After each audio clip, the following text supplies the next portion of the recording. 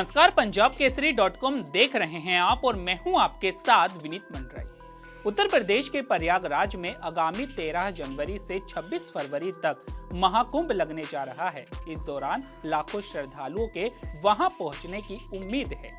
इसको ध्यान में रखते हुए राज्य की योगी आदित्यनाथ सरकार ने प्रयागराज के विभिन्न इलाकों में जापानी तकनीक से घने जंगल विकसित किए हैं ताकि महाकुंभ में आए श्रद्धालुओं और तीर्थ यात्रियों को शुद्ध वातावरण और साफ सुथरी हवा मिल सके। संस्कृति मंत्रालय ने बुधवार को एक बयान में कहा कि महाकुंभ की तैयारी के लिए प्रयागराज में विभिन्न स्थानों पर घने जंगल विकसित किए गए हैं। प्रयागराज नगर निगम ने इस कड़ी में पिछले 2 वर्षों में कई ऑक्सीजन बैंक स्थापित करने के लिए जापानी मियावाकी तकनीक का उपयोग किया है। इन प्रयासों से प्रयागराज में न केवल हरियाली बढ़ी है बल्कि वायु गुणवत्ता में सुधार भी हुआ है।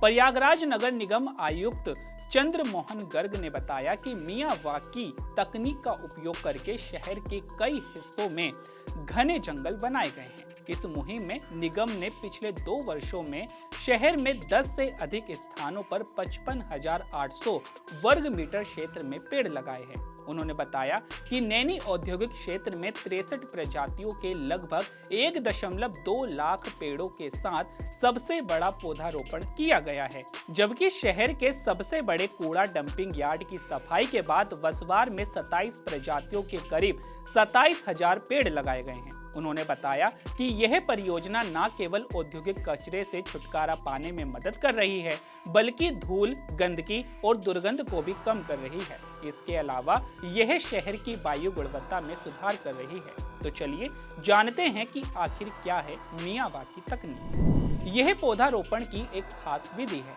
जिसमें कम दूरी पर छोटे छोटे इलाकों में कई तरह के देशी पौधे लगाए जाते हैं। बड़े बड़े पौधों के बीच में छोटे पौधे लगाए जाते हैं जो बाद में बड़े होकर घने जंगल में विकसित हो जाते हैं। इस तकनीक के तहत नर्सरी में बीज को बोया जाता है और जब बीज अंकुरित हो जाता है और उससे 2 पत्ते निकल आते हैं तब उसे दूसरी जगह लगा दिया जाता है। हालांकि इन पौधों को तब ढक दिया जाता है ताकि उसे 60% सूर्य की रोशनी से 2 महीने तक बचाया जा सके। इस तकनीक की खोज 1970 के दशक में जापान के वनस्पति शास्त्री अकीरा मियावाकी ने की थी। उन्हीं के नाम पर इसे मियावाकी तकनीक कहा जाता है।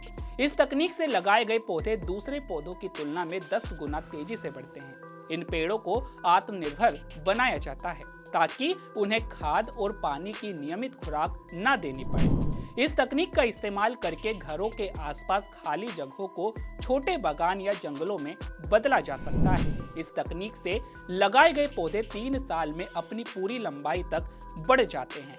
इसे अक्सर पॉट प्लांटेशन विधि के रूप में जाना जाता है। इसमें पेड़ों और झाड़ियों को एक दूसरे के करीब लगाया जाता है ताकि उनकी वृद्धि में तेजी आए। वहीं मियावाकी तकनीक से उगाए गए घने जंगल के कई लाभ हैं।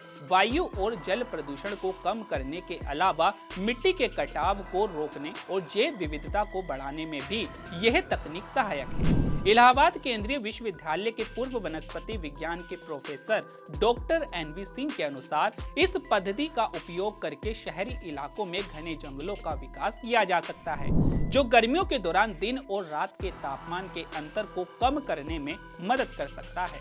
डॉक्टर NV सिंह के अनुसार ऐसे जंगल जैव विविधता को भी बढ़ावा देते हैं, मिट्टी की उर्वरता में सुधार करते हैं और जानवरों और पक्षियों के लिए आवास बनाते हैं। इसके अलावा इस तकनीक के माध्यम से विकसित बड़े जंगल तापमान को 4 से 7 डिग्री सेल्सियस तक कम कर सकते हैं, जिससे महत्वपूर्ण पर्यावरणीय लाभ मिलते हैं।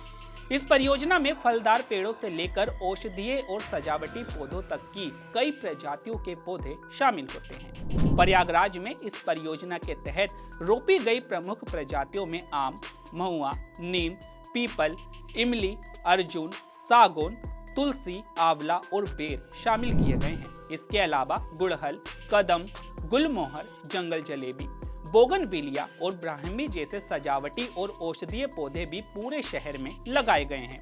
अन्य प्रजातियों में शीशम, बांस, कनेर, टोकोमा, कचनार, महोगनी, नींबू और सहजन को भी शामिल किया गया है। तो अभी के लिए केवल इतना ही। ऐसे ही तमाम खबरों के लिए बने रहिए पंजाब केसरी .com पर। नमस्कार।